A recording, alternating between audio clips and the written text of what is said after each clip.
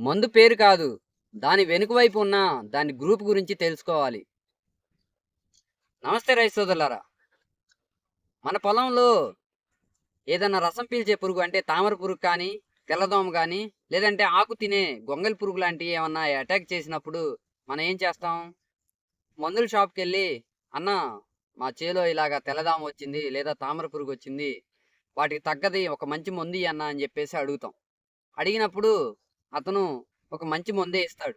దాన్ని తీసుకొచ్చి మన పొలంలో స్ప్రే చేస్తాం. స్ప్రే చేసినప్పుడు అప్పుడు చాలా వరకు పురుగులు చాలా బాగా చనిపోతాయి. మనకు ఆ మందు పనిచేసిందని చెప్పేసి మనం ఏం చేస్తాం? రెండోసారి మళ్ళీ అదే తామర పురుగు గాని, లేదంటే తెల్లదోమ గాని వచ్చినప్పుడు ముందు కొట్టిన మందు బాగా పనిచేసింది కదా! ఈసారి కూడా ఆ మందే తెచ్చుకుందాం. అదే కొడదాం అని చెప్పేసి మనం స్ప్రే చేస్తాం. కానీ ఆ మందు మునుపటి కంటే కొంత పని చేస్తుంది. ఇంకొంత పని చేయదు. అంటే కొంత పోయి పురుగు, ఇంకొంత పురుగు బతికే ఉంటుంది. ఆ తర్వాత మళ్ళీ అదే మందు గనక మనం స్ప్రే చేసుకుంటే పురుగు చనిపోదు.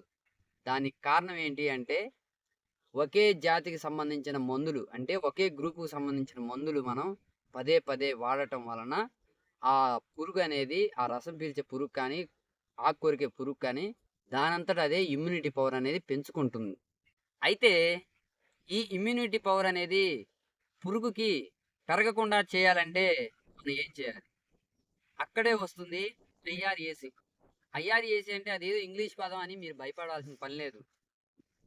ఈ ఈ రోజు మనం చెప్పుకోబోయేదే ఈ ఐఆర్ఏసీ గురించి.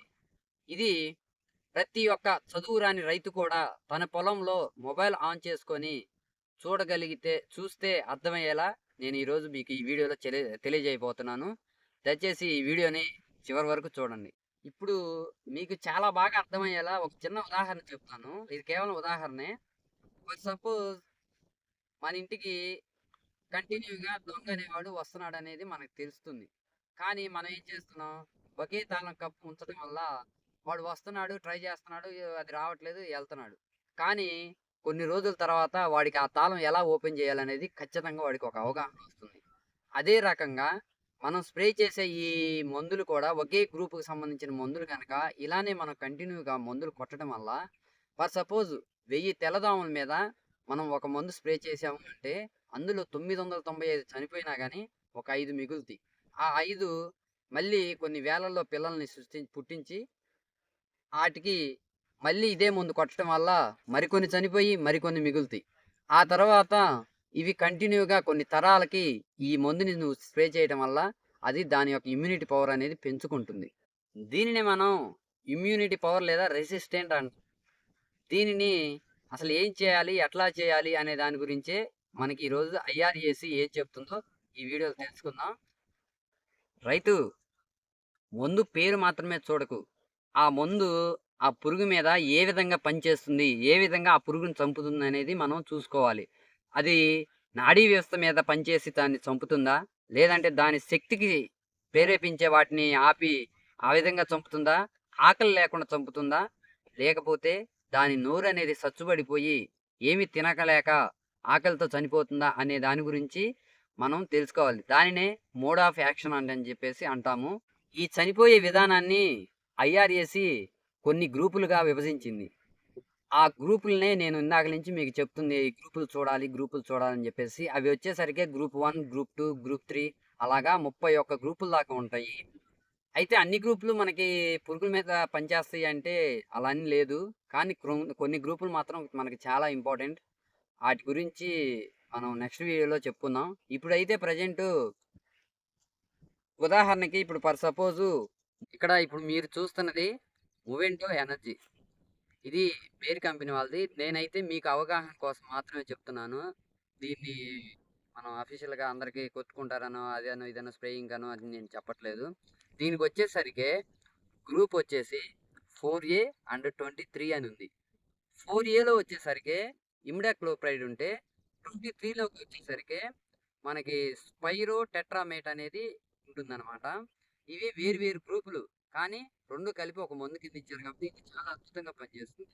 2 కలిపి ఒక గ్రూప్ కాదు కాబట్టి చాలా బాగా పనిచేస్తుంది. నేను మెయిన్‌గా మీకు చెప్పేది ఏంటంటే ఒకే గ్రూప్‌కి సంబంధించిన మందులు మాత్రం వరుసగా కొట్టుకోవద్దు. స్ప్రేయింగ్ అనేది వాడొద్దు. ఫర్ సపోజ్ థైమెథాక్సిమ్ అని ఉంది. తర్వాత ప్రైడ్ అనేది మీకు ఐడియానే ఉంటది. థైమెథాక్సిమ్ అంటే అక్టారా అంటాం మనం. అక్టారా గానీ, ప్రైడ్ గానీ, లేదంటే ఇమిడాక్లోప్రైడ్. ఇప్పుడు ఈ 3 రకాలు కూడా దోమ పైనే పనిచేస్తున్నాయి. ఈ 3 రకాలు కూడా ఒక గ్రూప్‌కి చెందినయే.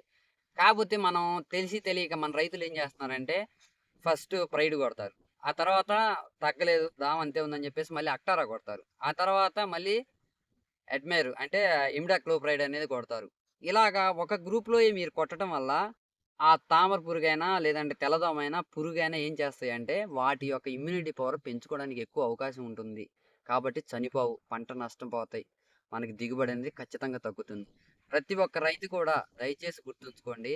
ఆ గ్రూపుల గురించి మన నెక్స్ట్ వీడియోలో మీకు చాలా వివరణాత్మకంగా ఏ గ్రూప్‌లో ఏ మందు కాంబినేషన్‌లు ఉన్నాయి, అది దేనికి పనిచేస్తుంది, అంటే పురుగు చనిపోవడానికి ఏ మార్గం, అది ఎలా పనిచేస్తుందనే దాని గురించి మీకు ఖచ్చితంగా నేను తెలియజేస్తాను.